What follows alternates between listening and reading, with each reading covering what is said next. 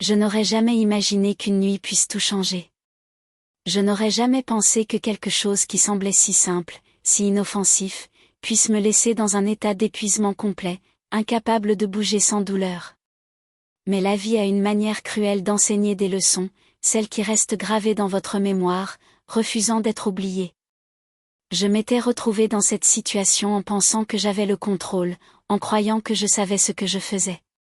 Mais en réalité, je n'avais aucune idée de ce à quoi j'étais confrontée. Il a suffi d'une nuit pour que mon corps me trahisse, que mes forces disparaissent, que je réalise à quel point j'avais tort. Pendant des jours, j'ai été prisonnière de mon propre corps, obligée de faire face aux conséquences de mes choix. Chaque douleur aiguë me rappelait que j'avais tout sous-estimé. Je pensais que j'étais préparée, mais rien n'aurait pu me préparer à ce que j'ai vécu.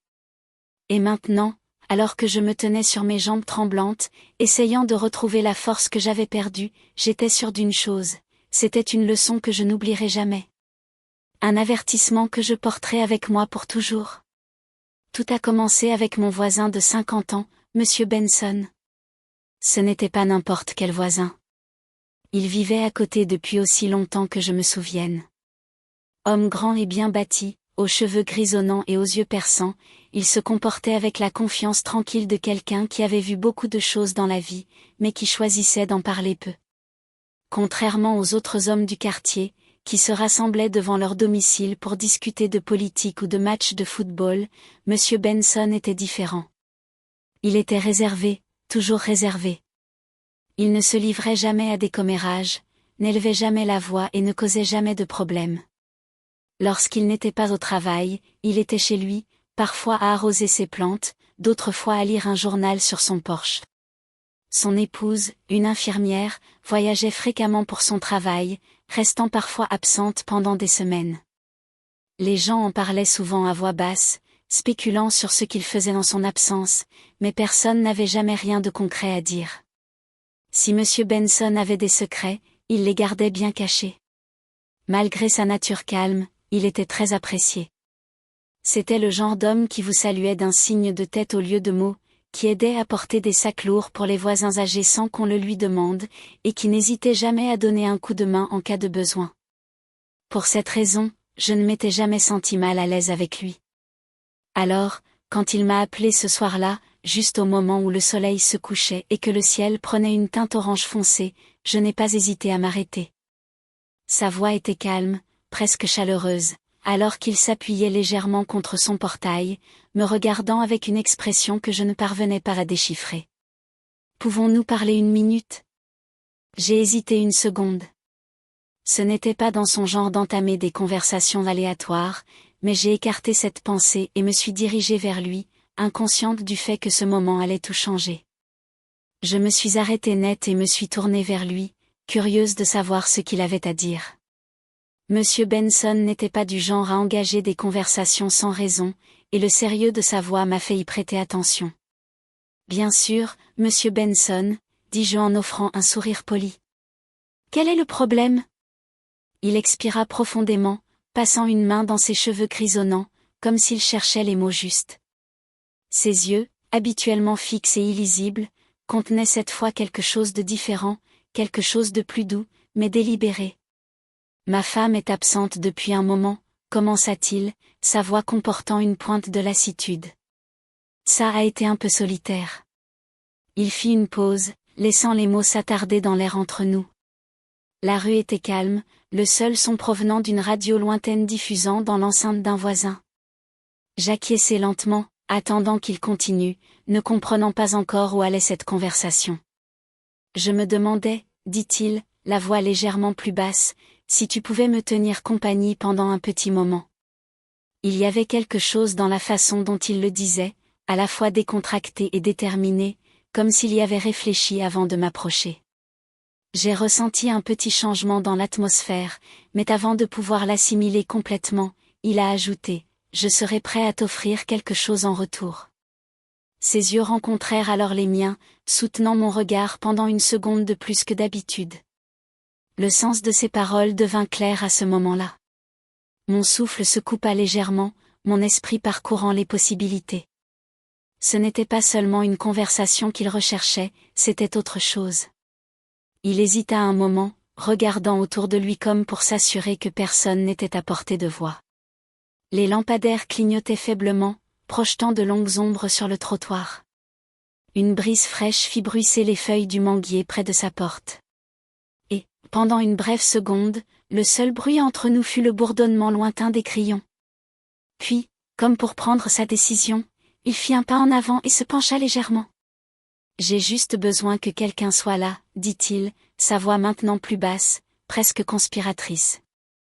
Pour parler, tu sais, pour aider avec les choses. » Il s'arrêta délibérément, laissant le poids de ses mots s'installer entre nous. Ses yeux étudiaient mon visage, à la recherche du moindre signe d'hésitation. Puis il ajouta, « Et je veillerai à ce qu'on prenne bien soin de toi. » La voilà, l'offre tacite, soigneusement enveloppée de mots choisis avec précaution. Il n'avait pas dit grand-chose, mais ce n'était pas nécessaire. J'avais compris ce qu'il voulait dire. Je n'étais pas une enfant, et j'en avais vu suffisamment dans la vie pour reconnaître quand quelqu'un faisait une proposition. Pendant un moment, j'ai envisagé de m'éloigner. Mais ensuite, la réalité s'est imposée. L'argent avait été serré ces derniers temps. Les factures s'accumulaient, et je cherchais des moyens de gagner un peu d'argent supplémentaire. Cela semblait facile, trop facile. Après tout, M. Benson était un homme plus âgé. Quoi qu'il veuille, cela ne devait pas être trop exigeant, n'est-ce pas? Je me suis redressée, pesant mes options. Il y avait bien sûr un risque, mais à quel point cela pouvait-il être grave? Il était sympathique, bien élevé, et ne m'avait jamais donné aucune raison de le craindre. D'accord, dis-je finalement, ma voix ferme mais incertaine. Je viendrai plus tard ce soir. Un lent sourire s'étala sur son visage, ses yeux brillants dans la pénombre. Bien, dit-il avec un signe de tête. Je t'attends. Alors que je me tournais pour m'éloigner, une étrange sensation s'installa dans mon estomac. Je me suis dit que c'était juste du stress, mais au fond, quelque chose me disait que je venais d'accepter plus que ce que j'avais négocié. Ce soir-là, j'ai pris mon temps pour me préparer, choisissant soigneusement ma tenue et me regardant dans le miroir plus de fois que nécessaire. Je n'étais pas nerveuse, du moins, c'est ce que je n'arrêtais pas de me répéter. Après tout, M. Benson était un homme plus âgé. Ce ne serait pas trop exigeant. C'était juste un arrangement simple, quelque chose de facile qui m'aiderait à gagner un peu d'argent supplémentaire. Alors que l'horloge approchait de 20 heures, je suis finalement sortie de chez moi, sentant l'air frais de la nuit contre ma peau. La rue était calme, avec seulement quelques voix lointaines de voisins bavardant sur leur véranda. Mes pas résonnaient légèrement alors que je me dirigeais vers sa maison, mon rythme cardiaque régulier mais mon esprit étrangement alerte. Je suis arrivée chez lui un peu après 20 heures. Dès l'instant où j'ai franchi le portail, j'ai pu dire qu'il m'attendait. La lumière de son porche était allumée, projetant une lueur chaleureuse sur l'entrée.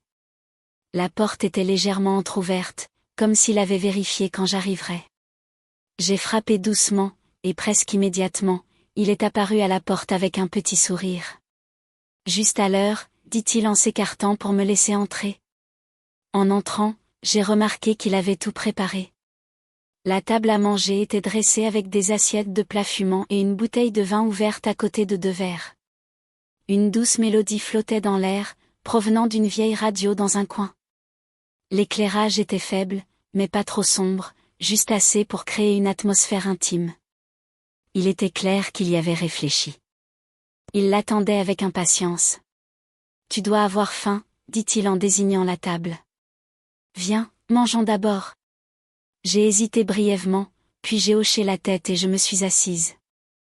La nourriture sentait délicieusement bon, et alors que je le regardais assis en face de moi, son expression calme et indéchiffrable, j'ai réalisé que cette nuit allait être différente de ce que j'avais imaginé.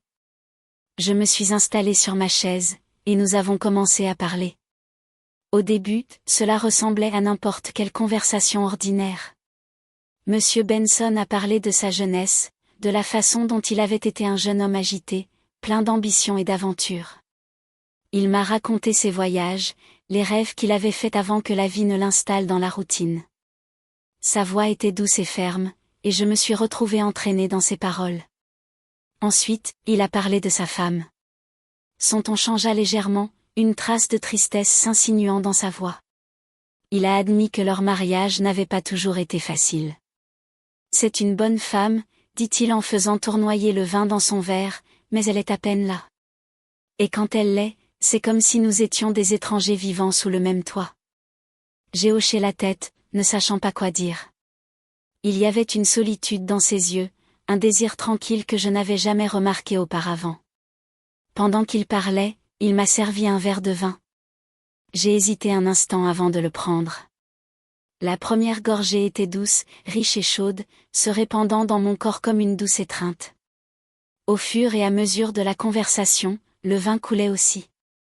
La pièce devenait plus confortable, l'atmosphère plus intime. Il souriait davantage, sa voix devenant plus douce. À ce moment-là, il ne ressemblait pas à un homme de 50 ans. Je le voyais comme quelqu'un qui avait simplement soif de compagnie. Puis, les choses ont commencé à changer.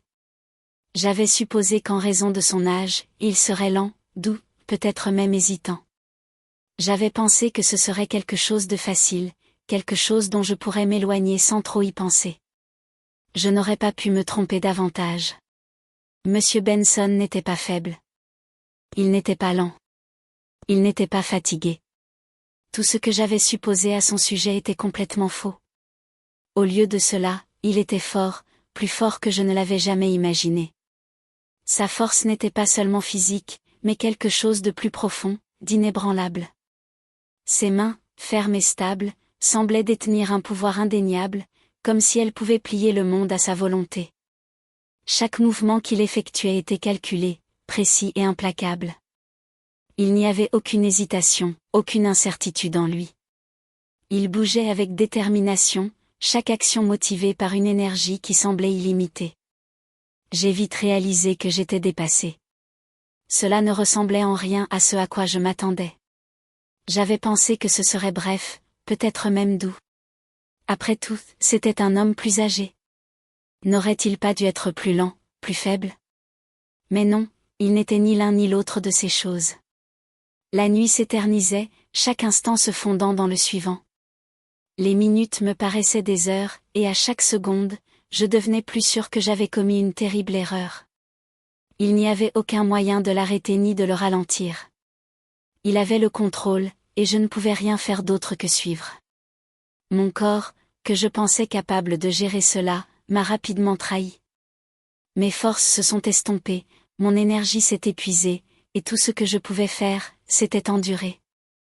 À la fin, j'avais l'impression d'avoir vécu une bataille épuisante qui avait mis à rude épreuve chaque fibre de mon être. Mes jambes tremblaient sous moi, luttant pour supporter le poids de mon corps, comme si elles avaient complètement abandonné. Mes muscles, endoloris et affaiblis, criaient d'une manière que je n'aurais jamais cru possible. Chaque centimètre de moi était meurtri. Chaque mouvement me déchirait. J'étais épuisé, vidé d'une manière qui allait au-delà du physique. Mon esprit, ma volonté, avaient également été brisés. Mais il y avait ensuite Monsieur Benson. Il semblait complètement à l'aise, comme si de rien n'était, comme s'il venait de terminer un léger footing ou un simple étirement. Sa respiration était régulière, contrôlée, et il expirait profondément avec un sentiment de satisfaction, étirant largement ses bras au-dessus de sa tête, comme s'il venait de terminer un entraînement qui ne demandait aucun effort. C'était presque comme s'il avait tiré quelque chose de cette expérience, quelque chose que je ne pourrais jamais comprendre. Moi, d'un autre côté, je me suis retrouvée en difficulté, mon corps me faisant défaut à chaque respiration que je prenais. Son regard rencontra le mien, calme et inébranlable, une expression de satisfaction s'installant sur son visage. Il semblait ravi, peut-être plus que je ne pourrais jamais le comprendre. Le contraste entre son état calme et serein et mon propre épuisement était saisissant, et cela m'a fait frissonner. Je n'avais plus de mots, ni la force d'argumenter ou même de comprendre ce qui venait de se passer. Tout ce que je pouvais faire, c'était rester assise là, brisée, pendant qu'il gardait complètement le contrôle. « Ça va ?» demanda-t-il d'une voix calme, presque amusée. J'acquiesçai faiblement, forçant un petit sourire fatigué. Mais au fond de moi, je savais que quelque chose n'allait pas. Très mal. Mon corps n'était pas seulement douloureux. Il me semblait différent, inconnu. Je n'avais jamais ressenti un tel niveau d'épuisement auparavant. Un inconfort rampant s'est installé dans mes os, et alors que je luttais pour m'asseoir, une vague de vertige m'envahit. Quelque chose n'allait pas. Je l'avais sous-estimé toute la situation. Et maintenant, quand je me suis réveillée le lendemain matin, la douleur m'a frappé comme un raz-de-marée, s'écrasant sur moi avec une force implacable. Une raideur aiguë et douloureuse s'est répandue dans tout mon corps, m'alourdissant comme une lourde chaîne. Mes membres me semblaient étrangers, comme s'ils ne m'appartenaient plus. Je bougeais légèrement, grimaçant alors qu'une profonde douleur palpitait dans mes muscles. Mes jambes étaient d'abord engourdies, puis une vive douleur montait dans mes cuisses au moment où j'essayais de les bouger. Serrant les dents, je me redressais sur les coudes pour essayer de me relever. Ensuite, j'ai balancé mes jambes par-dessus le côté du lit et j'ai essayé de me lever. Au moment où mes pieds ont touché le sol, mes genoux ont cédé sous moi. Un gémissement aigu s'échappa de ma gorge alors que je m'accrochais désespérément au bord du lit, mes doigts s'enfonçant dans le matelas pour trouver du soutien. Mon cœur battait à tout rompre. Je ne pouvais pas marcher. Une vague froide de panique m'envahit, me serrant la poitrine. Ma respiration devenait irrégulière. Mon esprit s'emballait. Qu'est-ce que je m'étais fait? Comment avais-je laissé cela arriver? Déterminée, j'ai serré les dents et me suis forcée à réessayer. J'ai agrippé la tête de lit pour me soutenir, stabilisant mes jambes tremblantes. Avec une profonde inspiration, je me relevai, déterminée à me lever. La douleur était insupportable. Elle brûlait mon corps comme un feu, chaque pas envoyant des secousses vives et poignardantes dans mes cuisses. Mes muscles, épuisés et surmenés, refusaient de coopérer. Un cri étouffé s'échappa de mes lèvres alors que mes genoux cédèrent à nouveau, et je m'effondrai sur le lit, respirant lourdement. Les larmes me piquèrent les yeux. J'étais piégée. Je ne m'étais jamais sentie aussi impuissante auparavant. La prise de conscience s'est imposée lentement, m'étouffant d'effroi. Je m'étais surestimée. Je l'avais sous-estimée. Maintenant, j'en payais le prix. Pendant 3 longs jours, j'ai été piégée dans mon propre corps. Chaque tentative de mouvement se heurtait à une douleur insupportable. Mes jambes, autrefois fortes et fiables, étaient devenues faibles et inutiles. Au moment où j'essayais de me relever, elles s'effondraient sous moi, comme du sable glissant entre mes doigts. Je n'avais jamais rien ressenti de pareil auparavant, cette douleur crue et impitoyable qui refusait de s'estomper. Il n'y avait pas d'autre façon de le dire, j'avais laissé la cupidité obscurcir mon jugement. Je m'étais convaincue que ce serait facile, qu'il n'en résulterait rien de mal. Mais maintenant, alors que j'étais allongée là, incapable de bouger sans que la douleur me déchire le corps, j'ai vu la vérité. L'argent n'en valait pas la peine, pas même de loin. Aucune somme d'argent ne pourrait effacer ce que je vivais. Aucune récompense ne pourrait effacer le regret qui s'installait au plus profond de ma poitrine. Le 3e jour, la douleur avait suffisamment diminué pour que je puisse réessayer. Lentement, avec précaution, j'ai posé mes pieds sur le sol et je me suis relevée. Mes jambes tremblaient, faibles et instables, mais elles tenaient. J'ai fait un petit pas tremblant, puis un autre. Chaque mouvement était un rappel de ce que j'avais enduré, mais la leçon était déjà gravée dans mon esprit. Certaines choses ne valent pas le risque. Certaines portes ne doivent jamais être ouvertes. Il vaut mieux laisser certaines offres telles quelles.